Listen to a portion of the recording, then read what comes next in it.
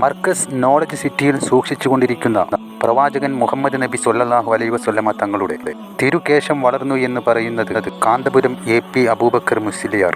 1/2 സെന്റിമീറ്ററോളം കേശം വളർന്നു എന്ന് പറഞ്ഞതിനു ശേഷം കാന്തപുരം AP അബൂബക്കർ മുസ്ലിയാർക്കെതിരെ ഒട്ടേറെ വിമർശനങ്ങൾ ഉയർന്നു വന്നു. ഇതിൽ മിക്കതും വഹാബി മുജാഹിദുകാരുടേതായിരുന്നു. ഇതിൻ്റെ പിന്നിൽ സാമ്പത്തിക ലാഭം മാത്രമെന്നും പ്രത്യേകിച്ച് നബിദിനത്തോട് അനുബന്ധിച്ച് തന്നെ ഇത്തരമൊരു വാർത്ത പുറത്തു വിടുന്നത് പിന്നിൽ മറ്റു പല ഉദ്ദേശമാണെന്നും ചിലർ അഭിപ്രായപ്പെടുന്നു. പ്രവാചകന്റെ തിരുകേശത്തിന് ദിവ്യത്വമുണ്ടെന്നുള്ള കാര്യത്തിൽ മുസ്ലിങ്ങൾക്കിടയിൽ അഭിപ്രായ വ്യത്യാസമുണ്ടോ? അങ്ങനെയുണ്ടാകാൻ യാതൊരു വഴിയുമില്ല. കാരണം പ്രവാചകന്റെ കേശം ഒട്ടേറെ സ്വഹാബികൾ സൂക്ഷിച്ചിരുന്നതായും ആ മുടിയിട്ട വെള്ളം കൊണ്ട് അവർക്ക് രോഗശമനം ലഭിച്ചിരുന്നു എന്നുള്ളതും ഹദീസുകളിൽ നിന്ന് തന്നെ വ്യക്തമാണ്. മന്ത്രിച്ചൂതുന്നത് കൊണ്ടും മൗലീദ് പാരായണവും തെറ്റാണെന്ന് ചൂണ്ടിക്കാട്ടുന്ന വഹാബി മൗലവിമാർക്ക് കൽബിനുറപ്പില്ലാത്തത് കൊണ്ട് തന്നെയല്ലേ ഇത്തരം വാദങ്ങൾ ഉന്നയിക്കാൻ കഴിയുന്നത്? ആരെങ്കിലും പ്രവാചകനായ മുഹമ്മദ് നബി സ്വല്ലല്ലാഹു അലൈഹി വസല്ലമ തങ്ങളുടെ പേരിൽ കളവ് പ്രചരിപ്പിക്കുകയാണെങ്കിൽ അവൻ്റെ ഇരിപ്പിടം നരകമാണെന്ന് വ്യക്തമായി അറിയുന്ന കാന്തപുരം AP അബൂബക്കർ മുസ്ലിയാർ ഇനി കാലമേറെയില്ലാത്ത കാലത്തും പണത്തിനു വേണ്ടി ഇത്തരമൊരു പ്രവർത്തനത്തിൽ ഏർപ്പെട്ടുകൊണ്ടിരിക്കുന്നു എന്നുള്ള കാര്യം തീർച്ചയായും തലച്ചോറുള്ള ഒരാൾക്കും അംഗീകരിക്കാൻ കഴിയില്ല. പണ്ഡിതന്മാരെ മുസ്ലിങ്ങൾ എങ്ങനെ കരുതണം? അവരെ അപമാനിക്കുന്നതിൽ നിന്ന് മുസ്ലിങ്ങൾ തീർച്ചയായും വിട്ടുനിൽക്കണം. അള്ളാഹു പറയുന്നു, അള്ളാഹുവിനെ ഭയപ്പെടുന്നത് അവൻ്റെ പണ്ഡിതന്മാരാണ്. അതായത് അറിവുള്ളവർക്ക് പ്രത്യേക മഹത്വമുണ്ട്.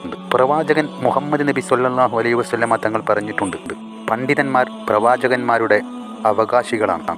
അവർ തന്നെയാണ് നമ്മുടെ ജീവിതത്തെ ശരിയായ ദിശയിൽ നയിക്കുന്നത്. പണ്ഡിതന്മാരെ അപമാനിക്കുന്നത് പ്രവാചകരുടെ പാരമ്പര്യത്തെയും അറിവിനെയും ഉമ്മത്തിൻ്റെ മാർഗദർശകരെയും അപമാനിക്കുന്നതാണ്. ഇത് വലിയ പാപമാണ്. അതുകൊണ്ട് നമ്മൾ ചെയ്യേണ്ടത് പണ്ഡിതന്മാരെ ബഹുമാനിക്കുക, അവരുടെ അറിവിൽ നിന്ന് പഠിക്കുക. അഭിപ്രായ വ്യത്യാസമുണ്ടെങ്കിൽ വിനയത്തോടെയും അദബോടെയും മാത്രം സംസാരിക്കുക. അവരെ ഹീനം കാണിക്കുന്നവരിൽ നിന്ന് നമ്മൾ മാറി നിൽക്കണം. അള്ളാഹുവിൻ്റെ മുമ്പിൽ അത് നമുക്ക് രക്ഷയുടെ കാരണമാകും. അള്ളാഹു നമ്മളെല്ലാവരെയും സത്യത്തെ ബഹുമാനിക്കുന്നവരാക്കട്ടെ. പ്രവാചകന്റെ തിരുശേഷിപ്പുകൾ ഭൂമിയിൽ പലയിടത്തും സൂക്ഷിച്ചുകൊണ്ടിരിക്കുന്നു. പലരും അതിൽ നിന്ന് ബറക്കത്തെടുക്കുന്നു. ഇത് സ്വഹാബികളുടെ ചര്യയത്രേ. അത്തരത്തിൽ ധാരാളം ഹദീസുകളുമുണ്ട്.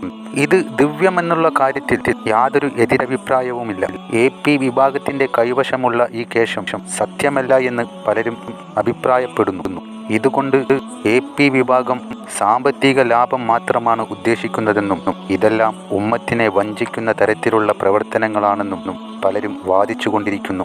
ഒരു മതപുരോഹിതൻ തൻ്റെ അനുയായികളോട് ഉണർത്തിയ ഈ കാര്യം കള്ളത്തരമെന്ന് പറയുന്നവർ എന്തടിസ്ഥാനത്തിൽ അങ്ങനെ പറയുന്നു? പ്രവാചകന്റെ മേലെ കള്ളം കെട്ടിച്ചമക്കുന്നത് വലിയ പാപമാണെന്ന് വ്യക്തമായി അറിയാവുന്ന കാന്തപുരം AP അബൂബക്കർ മുസ്ലിയാർ ഈ വാക്കുകൾ പറഞ്ഞത് സാമ്പത്തിക ലാഭത്തിനു വേണ്ടി മാത്രമെന്ന് പറയുമ്പോൾ ഇത്തരത്തിൽ പണം വാങ്ങിച്ച് തിരുശേഷിപ്പുകളിൽ നിന്ന് ബറക്കത്തെടുക്കുവാനുള്ള അവസരം നോളജ് സിറ്റിയിൽ ആരംഭിച്ചിട്ടുണ്ടോ?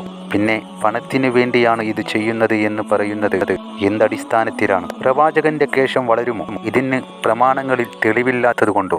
നബി സല്ലല്ലാഹു അലൈഹി വസല്ലമിന്റെ മുടിയാണെങ്കിൽ പോലും അതിനൊരു ബറക്കത്തുമില്ല. നബി സല്ലല്ലാഹു അലൈഹി വസല്ലമിൽ നിന്ന് ഉള്ള യാഥാർത്ഥ്യങ്ങളെ പോലും അംഗീകരിക്കാൻ സാധ്യമാവാതെ തള്ളിക്കളയുന്നൊരവസ്ഥ പലർക്കും ഇന്ന് ദഹിക്കുന്നില്ല.